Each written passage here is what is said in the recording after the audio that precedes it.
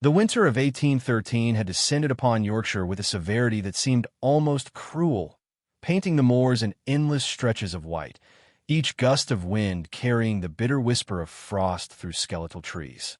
Snow clung stubbornly to every surface, a glittering shroud that concealed the harshness of the land beneath its deceptive beauty. Amid this frozen expanse, the world seemed still, yet not silent. The faint groan of a distant carriage, the crunch of brittle ice beneath a hurried step, and the occasional rattle of loose shutters in abandoned cottages formed the subtle symphony of the cold season. It was on this merciless morning, as dawn struggled to pierce the overcast sky, that the Duke of Ashbourne made a discovery that would alter the course of two lives forever. The Duke, a man whose reputation for stoic elegance preceded him across counties, had been riding alone through the outskirts of his ancestral estate, inspecting the frost-bitten hedgerows that bordered the Ashbourne grounds. His coat, dark and immaculately tailored, bore the faint dusting of snow that had gathered during his journey, yet his composure remained unruffled. He was a figure of authority and subtle magnetism, a presence that commanded attention without demanding it. Yet beneath his measured exterior there existed a heart not entirely untouched by compassion. It was this latent humanity that guided him, almost instinctively, to the faintest hint of movement on the glistening ground beyond the northern path. There she lay, a fragile, trembling figure half buried in the pristine snow, her limbs drawn close in a vain attempt to shield herself from the merciless cold. The Duke's first impulse was shock, swiftly replaced by concern. Her nightgown, once delicate and finely made, was torn and muddied, revealing the vulnerability that her circumstances had forced upon her. Snowflakes clung to her hair and eyelashes, sparkling in the dim light like tiny shards of crystal, yet they did nothing to warm the color that had drained from her cheeks. Her lips were pale, quivering with the chill, and her hands, small and exquisite, seemed incapable of sustaining her fragile form. For a moment, the Duke hesitated, the weight of social propriety clashing with the undeniable need for immediate action. As he dismounted, the cold air bit at his cheeks, and the crunch of his boots against the snow drew the woman's faint stirring. Her eyelids fluttered, a fragile acknowledgment of his presence, yet she remained unconscious of the danger that surrounded her. Kneeling beside her, the Duke's gloved hands gently brushed the snow from her hair and shoulders, the warmth of his touch a stark contrast to the frigid world that threatened to claim her. He noted the exquisite refinement of her features, the delicate arch of her brows, and the subtle curve of her lips, so youthful, so unprotected in this unforgiving landscape. It was clear, even in her current state, that she was a woman of gentle upbringing, of noble bearing, yet circumstance had left her exposed in a manner no lady should ever endure. The Duke's thoughts raced. Who had left her here? Why had she wandered so far from safety? Rumors of elopements and dishonorable acts passed through his mind, as did the cautionary tales of families ruined by scandal in a single moment. Yet none of these concerns could override the urgency of her present condition.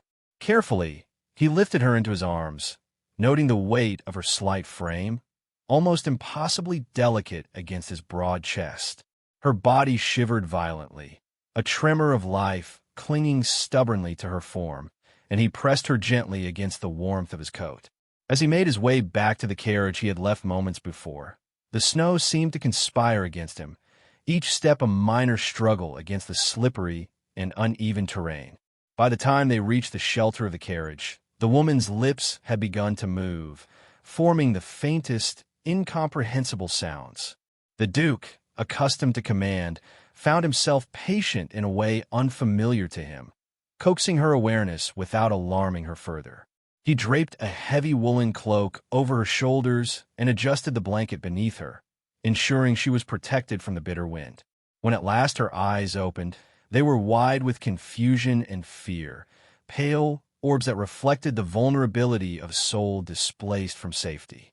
She regarded him with a mixture of suspicion and gratitude, her gaze flicking to his stern visage before settling reluctantly upon the warmth of his hands.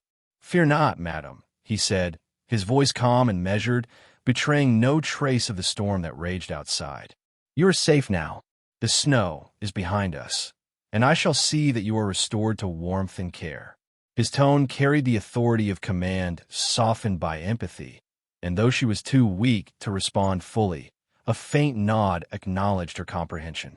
The carriage rolled steadily over frozen paths, and within its modest enclosure, the clatter of the horses' hooves was softened by the muffling embrace of thick blankets and the quiet, unspoken bond forming between rescuer and rescued. As they approached Ashbourne Hall, the Duke's thoughts were troubled. The estate was vast, its stone facades rising majestically against the bleak winter sky, yet its grandeur offered no protection against the whispers of society. What would they say if word reached the neighboring estates? A young lady, half frozen and alone, brought within the walls of the nobleman's home would invite conjecture, speculation, and scandal. Yet, he dismissed the imagined judgments as inconsequential compared to her immediate need. He would navigate the perilous waters of propriety later. For now, the priority was life and safety. Upon arrival, the household staff, trained to observe without intruding, received the Duchess's unexpected guest with muted astonishment. The Duke's stern instructions left no room for questions. The young woman was to be tended to, fed, and warmed without delay. Servants moved with disciplined efficiency, carrying hot tea, flannel wraps, and the scent of burning pine that mingled with the chill still clinging to the air. The Duke, ever composed, allowed himself only the briefest glance at her reclining form, noting how even the firelight revealed the sharp contrast between her frailty and the strength she must have summoned to survive until now. Alone for a moment, he considered the improbable circumstances that had brought them together: a chance encounter, the harsh hand of winter, and the vulnerability of a life interrupted. He had found her in the snow, yet he sensed that the story did not end with rescue. It had only begun. The fragile threads of intrigue, social expectation, and unspoken longing were already entwining around them, and he felt the first stirrings of a responsibility far deeper than mere protection. Outside, the wind continued its relentless howl. Yet within Ashbourne Hall, warmth, care, and the first fragile sparks of trust began to take hold, setting the stage for a narrative that would test propriety, courage, and the hidden chambers of the human heart. As she drifted into a tentative slumber by the fire, the Duke remained by her side, vigilant, contemplative, and quietly unsettled by the inexplicable pull of concern that had taken root in his otherwise disciplined heart. The snowstorm of Yorkshire raged outside, relentless and unforgiving. Yet within the stone walls of the estate, a different storm had begun, a storm of whispered questions, fragile hope, and the delicate stirrings of an unexpected bond. The winter had claimed her strength, but had awakened something entirely unforeseen in him, a realization that rescue alone might not suffice, and that the encounter in the snow was only the prologue to a tale that demanded courage, dignity, and the quiet surrender of hearts long held in solitary reserve. With the flicker of firelight casting shadows across the young woman's resting form, the Duke understood, with both clarity and foreboding, that the coming days would challenge not only the societal expectations of the age, but also the hidden yearnings of their hearts. And as the first snow of the morning settled silently upon the grounds of Ashbourne Hall, a delicate tension hung in the air, promising that the story which had begun in the merciless snow would unfold with all the grandeur, peril, and intimacy that only a winter in Yorkshire could render.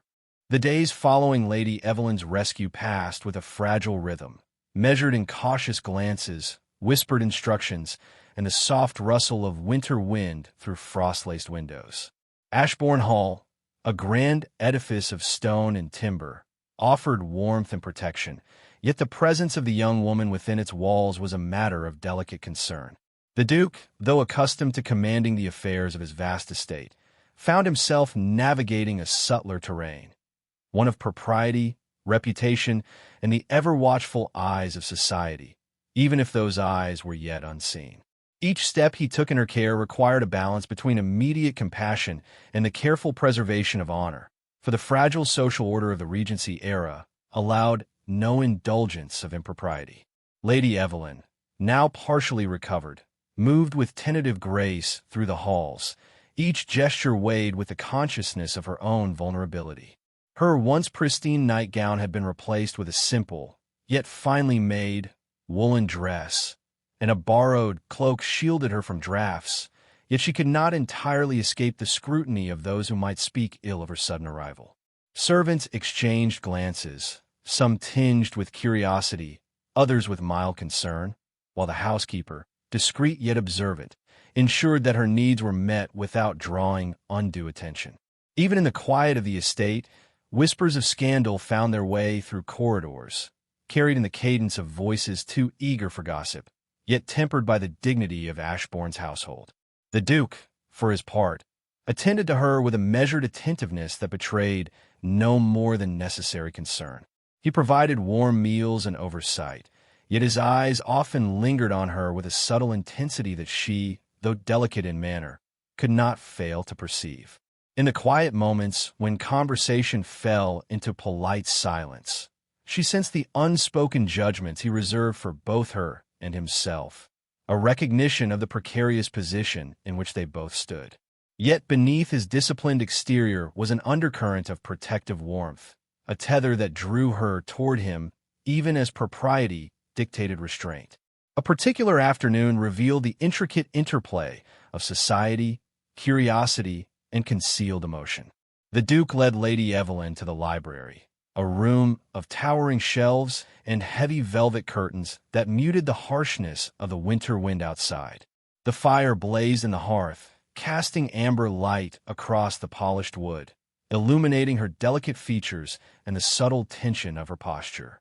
She carried a small collection of letters, hastily gathered during her flight, and sought to understand their contents while the Duke observed with quiet interest, his presence a constant yet unobtrusive support.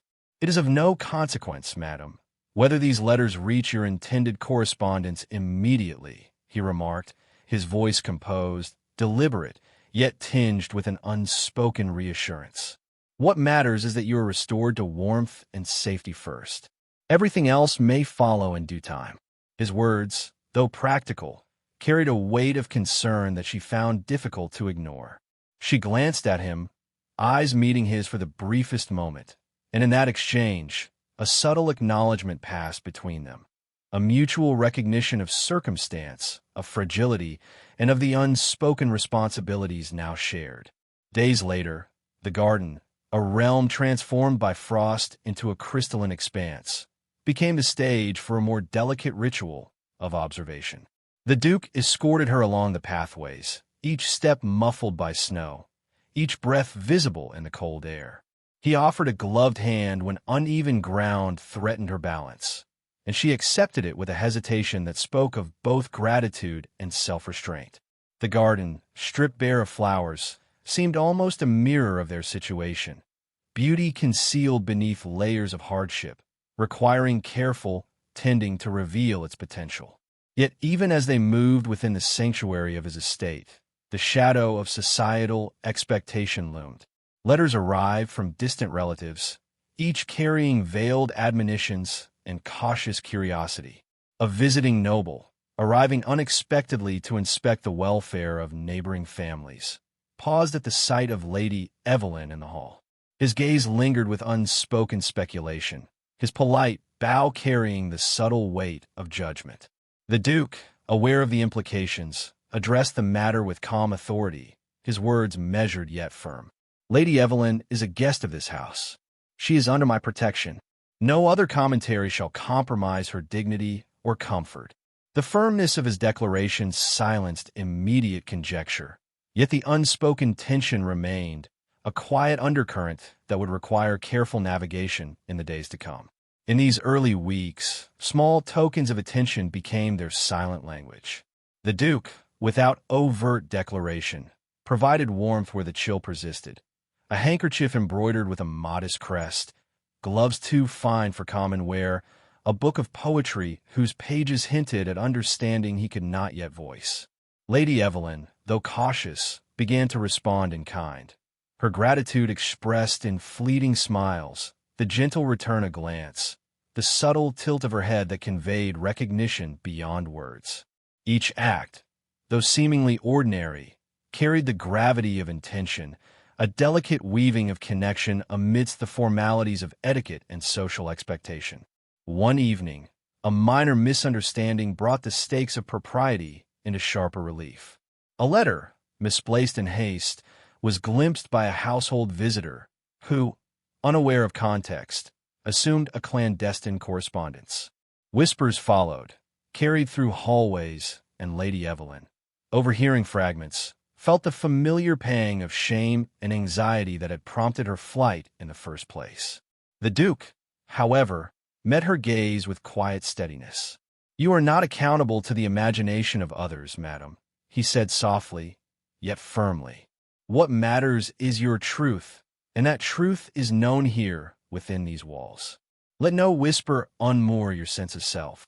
His words, weighted with authority and warmth, reassured her, yet the tension of external judgment lingered, a reminder that the world beyond Ashbourne Hall was not so easily silenced. Evenings spent by the fire became the canvas upon which their connection deepened in subtle yet profound ways.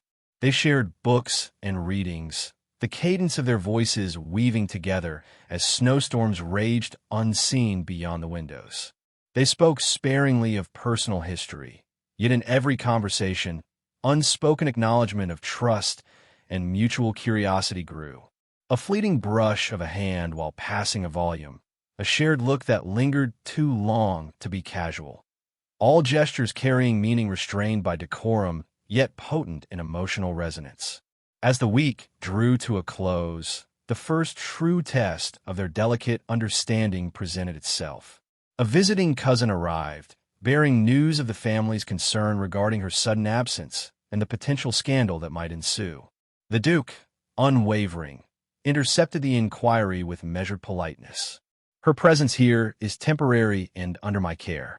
Any concern is a matter of courtesy, not conjecture," he declared.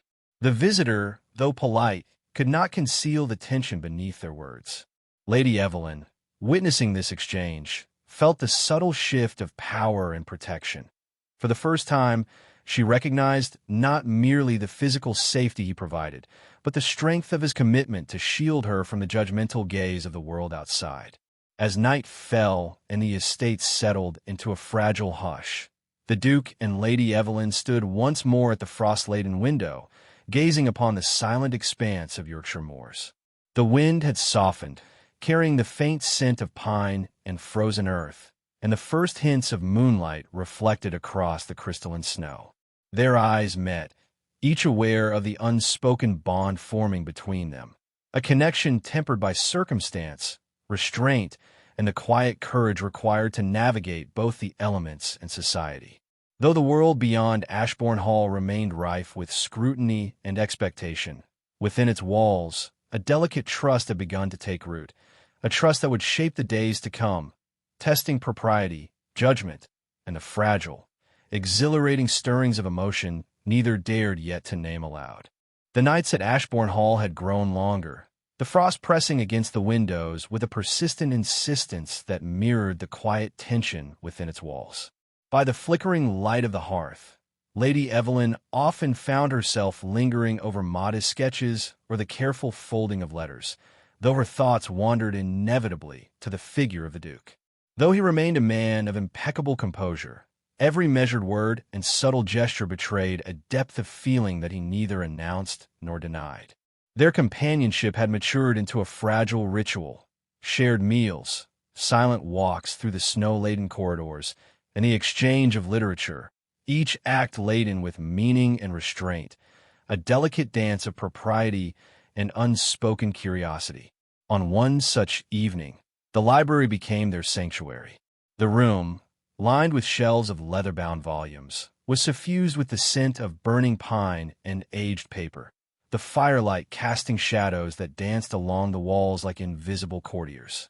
Lady Evelyn settled near the hearth, her hands clasped around a cup of warm tea, while the Duke, standing nearby, considered the volume of poetry she had chosen. Each stanza seemed to speak to them both, the verses articulating truths too delicate or daring to voice directly. He noted the subtle tremor in her fingers, the faint flush that crept over her cheeks when a particularly daring line spoke of longing or vulnerability. "Do you find solace in these words, madam?" the Duke asked quietly, his voice steady, yet carrying a warmth that penetrated the coldness of the evening. Lady Evelyn's gaze lifted, meeting his with a hesitation that spoke of both caution and acknowledgement. I do," she replied softly, her tone tinged with a humility that belied the strength she had displayed in her flight from danger. "They speak of things one cannot always confess aloud." Her words hung in the air, delicate as snowflakes, yet weighty with meaning. The Duke, attuned to nuance, understood her perfectly. He crossed the room with measured steps, seating himself at a respectful distance, yet close enough that their shared space became intimate without violating decorum. "And what would you confess, Lady Evelyn, if there were no eyes to judge and no expectations to restrain you?" His inquiry was gentle, probing, yet laden with the authority of a man accustomed to command. She considered the question, her gaze falling to the flickering flames, shadows dancing upon her delicate features. The honesty she had long guarded, shaped by fear and the rigid social order, now beckoned with the possibility of understanding and acceptance. "I fear," she began, her voice barely above a whisper, "that I am forever marked by the errors of circumstance. My family, my reputation, the expectations placed upon me, they have driven me to acts of desperation that I scarcely dare recount." She faltered, glancing at him with an apprehension that betrayed both shame and hope. The Duke's expression softened, and he inclined his head slightly, an unspoken invitation for her to continue, his presence a shield against the judgment of the world. "I fled," she admitted finally, the words trembling yet resolute. "I fled an arrangement that would have bound me to a life without choice, a union that promised neither affection nor respect. I feared the ruin that might follow, yet I feared more the life that awaited me if I remained obedient." Her confession, though spoken with restraint, resonated with a quiet courage that touched the Duke profoundly. He had known many within society, yet few displayed such fortitude while remaining so acutely conscious of propriety and personal dignity. He reached subtly for a nearby chair, seating himself with deliberate calm. "Your courage does you credit, Lady Evelyn," he said, his voice tempered by both admiration and caution. "To preserve dignity in the face of danger requires not merely strength of body, but the steadiness of spirit. You have exhibited both, even in the vulnerability of that snowy field." His words, though measured, conveyed a recognition that she had not yet encountered from the world around her. She met his gaze, understanding the depth of what was being conveyed, a rare acknowledgement of her intrinsic worth, untainted by rumor or circumstance. The fire crackled, punctuating the quiet that had settled between them, and in that space, a subtle transformation occurred. Lady Evelyn, emboldened by the Duke's unwavering attention, allowed herself to reach toward him, not physically, yet through the openness of her expression, the careful softening of her posture, the gentle modulation of her voice. The Duke, in turn, permitted a small easing of his formal reserve, his eyes reflecting an unspoken admiration and a growing sense of responsibility that extended beyond protection to something more intimate and profound. They spoke then of trivialities, of the landscape beyond the estate, of the frost-encrusted moors that stretched like frozen rivers toward the horizon. Yet each observation, each shared thought, became an avenue for mutual understanding, a bridge connecting the solitude of their hearts. He described the mechanics of the estate's winter preparations. She responded with reflections on distant family traditions and her fleeting glimpses of society's rigid expectations. In this exchange, they found common ground, a private world insulated from gossip, rumor, and the rigid scrutiny of social peers.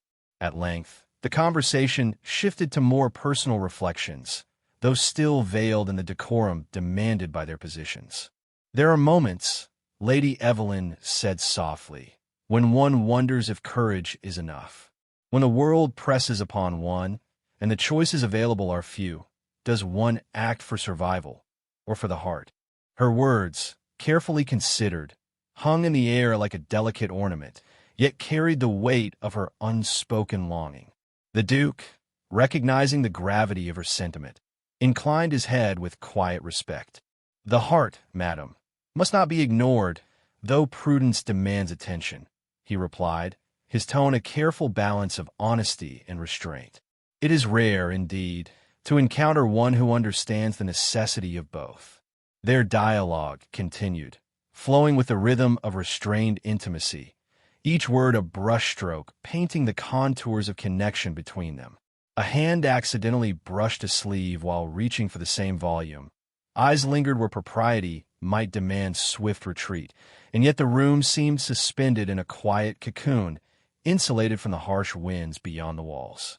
It was a moment of equilibrium, fragile yet rich with possibility, as each recognized in the other a companion both unexpected and singularly compelling. As the night deepened and the household fell into a careful silence, Lady Evelyn rose to depart from the library, her movements deliberate and composed. The Duke, standing, offered the faintest bow of acknowledgment, his eyes meeting hers with a gravity that conveyed both respect and the quiet stirrings of affection. She returned his gaze, a silent promise that the connection forged in that space, through words, glances, and the soft, unspoken understanding of shared vulnerability, would endure. By the time she reached her chamber, the moonlight spilling across the frosted windows illuminated the contours of her contemplation. The events of the evening had drawn forth confessions, reflections, and the first tentative acknowledgment of emotions too delicate to name. Outside, the wind continued its relentless patrol of the estate grounds, yet within Ashbourne Hall, a subtler storm had taken shape, one of understanding, recognition, and the quiet exhilaration of hearts awakening to the presence of another. As she closed the door behind her, the firelight dimming her reflection upon the polished floor, Lady Evelyn allowed herself a moment of private thought. The Duke's attentiveness, his rare acknowledgment of both courage and vulnerability, had unsettled her in ways she scarcely understood. Yet it had also offered a fragile comfort, a promise that amidst the frost, the cold, and the unforgiving scrutiny of society, there existed a sanctuary where her dignity could remain intact, and where her heart might, perhaps, dare to hope. And so the night settled, leaving Ashbourne Hall in quiet anticipation. The snow outside lay thick and unbroken, the world beyond both beautiful and indifferent, yet within its walls the first stirrings of emotional intimacy had taken root. Trust had been tested, vulnerabilities shared, and the delicate threads of understanding woven between Duke and Ward hinted at the profound transformations yet to come. In this private chamber of reflection, Lady Evelyn understood that the events of the evening were not merely conversation, but the turning point in a narrative that would demand courage, patience, and the quiet surrender of hearts long shielded against the world's scrutiny. The stage had been set, the boundaries of propriety carefully maintained, yet subtly challenged, and the Duke and Lady Evelyn stood at the threshold of a journey in which trust, affection, and the constraints of social expectation would intertwine.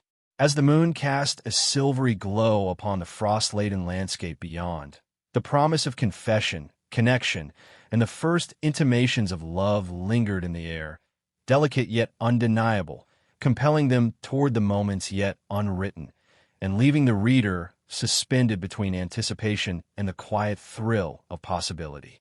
The dawn arrived over Ashbourne Hall with a pale, trembling light, gilding the frost-covered grounds with the fragile glow of a promise yet fulfilled. The moors beyond the estate lay undisturbed, silent witnesses to the passage of winter, while within the grand halls, a sense of quiet anticipation permeated the air. Lady Evelyn moved with a poise born of both regained strength and careful caution, her footsteps echoing softly along the polished floors as she prepared for the inevitable meeting that had taken shape over weeks of mutual observation, subtle gestures, and unspoken understanding. The snow had softened, leaving the landscape gleaming yet serene, a reflection of the calm before the emotional tempest that was about to unfold.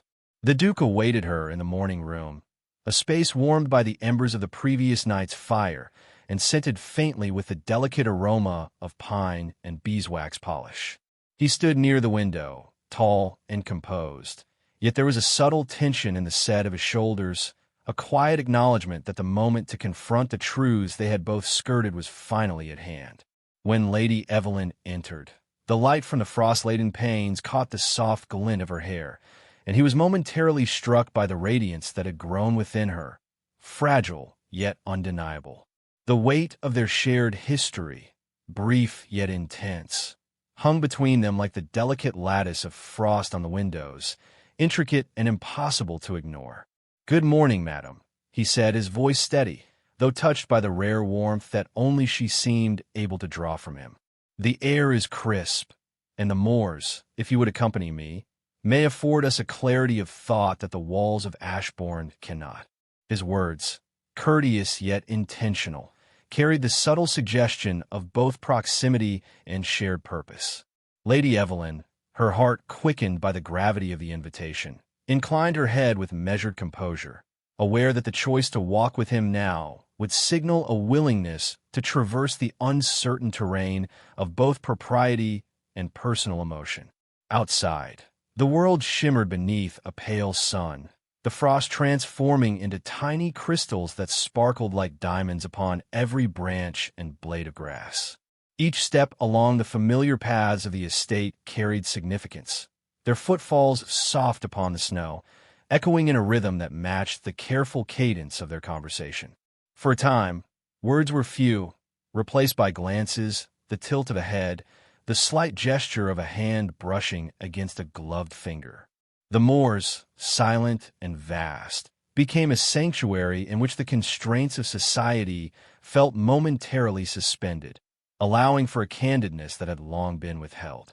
At last, the Duke halted, his eyes fixed on the horizon where the frost-laden hills met the pale winter sky. "Lady Evelyn," he began, his tone deliberate, carrying the gravity of truth and the unshakable weight of intention.